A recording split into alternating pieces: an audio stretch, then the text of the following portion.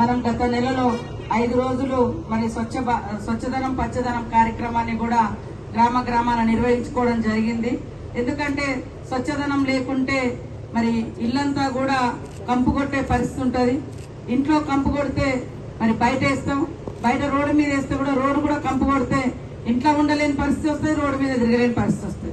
కాబట్టి ఎవరికి వారు పరిశుభ్రత పాటించే విధంగా అధికారులు కూడా గ్రామాలలో అవేర్నెస్ ఇస్తూ మరి పారిశుద్ధ్యంలో పనిచేస్తున్నటువంటి మా సోదర కార్మిక ఉద్యోగులు కూడా తప్పకుండా రోజు మన యొక్క డ్యూటీని సక్రమంగా నిర్వర్తిస్తూ మరి రాబోయే కాలంలో కూడా మీకు మరిన్ని మంచి జరిగే విధంగా తప్పకుండా కృషి చేస్తాం.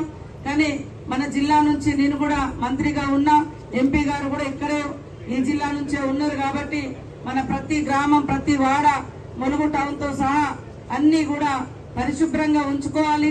చెట్లను కూడా మొక్కల్ని కూడా పెంచుకోవాలి. గాలి లేకుంటే నిమిషం కూడా బతికే పరిస్థితి లేదు.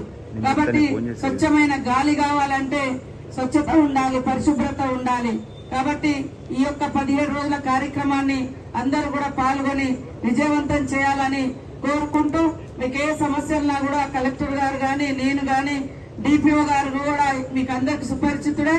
దేవరాజు గారు మీకు అందరికి సుపరిచితమైనటువంటి వ్యక్తే మళ్ళీ ఇక్కడికి రావడం జరిగింది. తప్పకుండా కష్టపడదాం, కష్టానికి తగిన విధంగా మరి మనకు కావాల్సినవి కూడా చెప్పండి. మా సాధ్యమైనంత వరకు ప్రభుత్వం 7 లక్షల కోట్ల అప్పులో ఉన్నా కూడా ఒక దిక్కు రుణమాఫీ గాని, అదే విధంగా మరి మనం ఇచ్చినటువంటి గ్యారంటీలలో ఇవాళ ఉచితంగా 200 యూనిట్ల కరెంటు గాని, 500కే గ్యాస్ సిలిండర్ గాని, మరి ఈ రోజు